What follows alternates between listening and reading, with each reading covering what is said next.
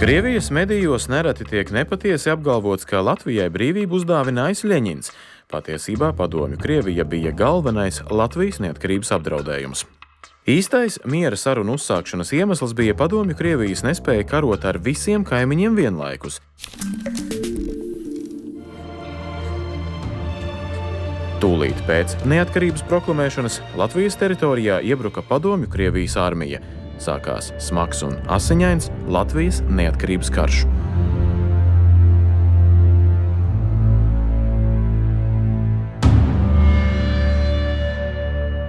Pirmā Latvijas aizstāvēšanas kauja notika jau 1918. gada vecgada vakarā pie Inču kalna, tomēr Latvijas pagaidu valdības spēki bija spiesti atkāpties sākumā līdz Rīgai, tad līdz Jelgavai un vēlāk līdz Liepājai. Padomju Krievija neatzina ne bijušās impērijas tautu tiesības uz valstisko neatkarību, ne arī to vēlmi dibināt demokrātisku valsts pārvaldi. Tikmēr padomju Krievija vienlaikus karoja kā vairākās pilsoņu kara frontēs, tā arī pret Somiju, Poliju un Baltijas valstīm. Frontes līnija bija pārāk gara un militārās neveiksmes pilsoņu karā un arī karā pret Poliju 1919. gadā lika padomju Krievijai meklēt veidus, kā noslēgt mieru ar vismaz dažiem no pretiniekiem.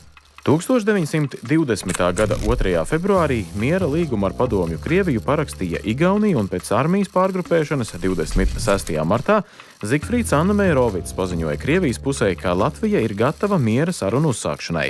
Uzaicinājumu uzsākt miera sarunas padomju Krievija bija izteikusi jau 1919. gada 11. septembrī, kad Latgale vēl atradās boļševiku kontrolē. Latvija miera sarunās no padomju Krievijas centās panākt atzīšanu, ka tā ir iebrukusi Latvijā. Tādā veidā pastāvēja kaut neliela cerība atgūt no Krievijas kara izraisītos zaudējumus. Tomēr padomju Krievijas diplomāti savas valsts agresiju tā arī neatzina. 1920. gada jūlijā miera sarunas no tīfa un bada mocītās Maskavas pārcēla uz Rīgu. Sarunas ritēja ļoti smagi, jo padomju Krievijai sāka veikties karā ar Poliju. Krievu diplomāti uzreiz palika aizvien nepiekāpīgāki, tāpēc Latvija mainīja sarunu prioritātes.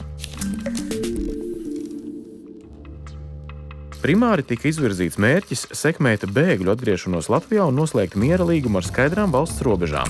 Miera līgums ar padomju Krieviju tika noslēgts 1920. gada 11. augustā. Te pats galvenais, ka ir jāsaista kopā divi līgumi, ko mēs dažreiz aizmirstam.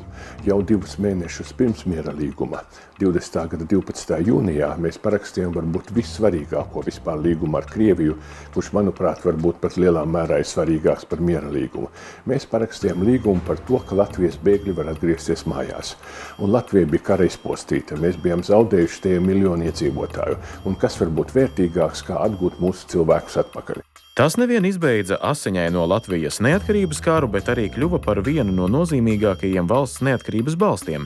Miera līgums bija pirmais solis ceļā uz Latvijas neatkarības starptautisko atzīšanu, un tas kalpoja par pamatu valsts neatkarības nepārtrauktības idejai okupācijas laikā un arī neatkarības atjaunošanu 90. gados.